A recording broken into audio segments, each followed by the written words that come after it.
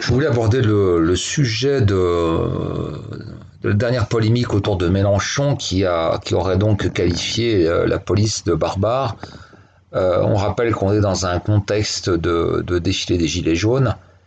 Euh, donc rencontre avec des Gilets jaunes dans la rue et on parle des violences et donc Monsieur Mélenchon il n'a pas pris 10 minutes pour revoir le lexique autorisé et il n'a pas pris de précautions oratoires. Donc là, Castaner va saisir la justice, etc. Et ça continue avec la farce du juridisme. On dirait franchement un numéro de clown. Hein. C'est vraiment c'est invraisemblable. Les juges, les procureurs là sont en train de se tourner en ridicule. C'est effroyable. Alors, moi, je prends toujours un petit peu de temps là pour pas trop réagir à chaud. Donc, il va être condamné pour injure publique probablement, puisqu'il a généralisé. Et puis maintenant, on peut plus rien dire. Hein. Maintenant, on va se plaindre que les tribunaux sont surchargés, alors qu'on les encombre de conneries. Et pendant ce temps-là, les enfants qui disparaissent. C'est une fugue, etc., etc. Vous voyez ce que je veux dire. Et la police et la justice ne passent plus leur temps qu'à des absurdités. Alors, je me pose la question, quelle est l'image de la police en 2019 ? Moi, je suis un citoyen ordinaire, et je pense police, je pense à quoi ? Je visualise des flics planqués avec leur radar derrière le pilier d'un pont. Je pense à ceux qui vous mettent une praline parce que vous avez traversé au passage piéton mais avec le bonhomme rouge. Je pense bien entendu aux gens qui ont eu des yeux crevés, aux jets de grenades en hauteur, aux tirs dans le visage donc de LDB. Je pense à la façon dont on vous aboie dessus quand on vous arrête. Je pense à la façon dont vous êtes reçu dans les commissariats. Je pense à la façon dont on vous envoie balader et qu'on vous dissuade de toute procédure. Je pense à la façon dont on accueille les parents dont les enfants ont disparu. Je pense à la façon dont on mène des enquêtes. À partir du moment où, au miracle, la plainte a été acceptée. Je pense à ces années qu'il faut, toutes ces montagnes de dossiers, de plaintes classées sans suite, de dossiers enterrés. Voilà à quoi je pense. Et je pense à cette insécurité dans les rues. Je pense que donc maintenant, on ne sort plus à certaines heures, on ne sort plus dans certains quartiers. On surveille, les jardins publics, ça devient très dangereux, notamment à Paris, puisqu'ils sont envahis maintenant de populations très dangereuses, de voir la récente agression d'un journaliste des Inrocks. Voilà, alors les policiers, c'est des citoyens, c'est des gens qui viennent de la population normale. Ça veut dire que c'est des gens qui n'ont pas beaucoup de culture, qui n'ont pas beaucoup d'humanité, et parmi eux, il y a des gens qui ont des problèmes psychopathologiques.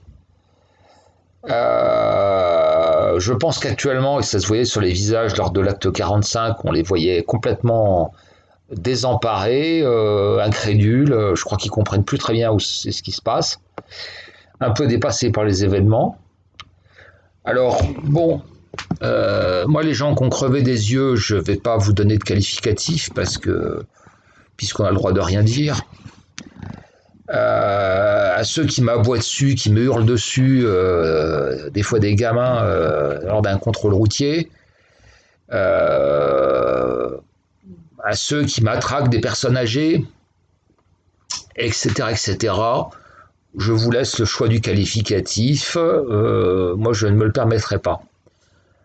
Maintenant, je vous ai listé une suite de choses qui me sont venues en tête. Ma conclusion est très simple, et vous savez, il n'y a pas de... Finalement, on évolue tout le temps, hein, on n'est pas forcément arrêté sur une position. Moi, je suis quelqu'un de très attaché à la fonction publique. Mais quand je mets tout ça bout à bout, ben, je me dis tout simplement une seule chose. Est-ce que la police a toujours sa place dans la fonction publique? Moi, j'ai affaire, là, je vois, on voit de plus en plus de policiers municipaux. Bah, excusez-moi, mais moi, je vois des gens, on sent des gens qui ont un visage humain, alors ils vous mettent aussi des pralines, etc. Mais on sent des gens déjà souvent d'un certain âge, souvent avec une certaine expérience. Bah, on sent des gens qui sont un peu diplomates. Euh, donc moi globalement, enfin le peu que j'ai eu à faire à la police municipale, plutôt un aspect positif. Donc voilà. Donc moi pour moi, j'en suis à un point où je pense très sincèrement que la police dite nationale n'a plus sa place dans la fonction publique. Vu ce qu'elle apporte, comment la façon dont elle traite son peuple, son comportement dans les répressions, où elle obéit aveuglément.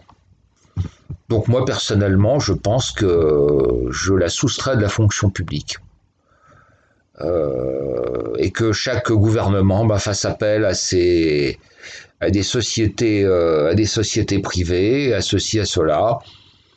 Et peut-être qu'au moins, ça amènera peut-être un peu de concurrence. Mais là, honnêtement, je n'arrive plus du tout à percevoir l'intérêt d'une police dite nationale et de fonction publique. Je rappellerai aussi un des phénomènes dont on ne parle absolument pas, qui est le travail au noir dans la police, qui est un phénomène extrêmement préoccupant. Je dis extrêmement préoccupant, dont personne ne parle. Bon, donc voilà, pour moi, je pense qu'il faut, je ne dis pas soustraire toute la police nationale de la fonction publique, mais petit à petit enlever des épluchures, je dirais, déshabiller l'oignon, hein, et voilà, parce que je pense que tous ces gens-là, excusez-moi, mais je vois pas trop l'intérêt, quoi. La façon dont ils traitent les citoyens, la façon dont ils se comportent, bah, en faire des fonctionnaires, je pense que est-ce qu'ils en sont dignes? Pour moi, non.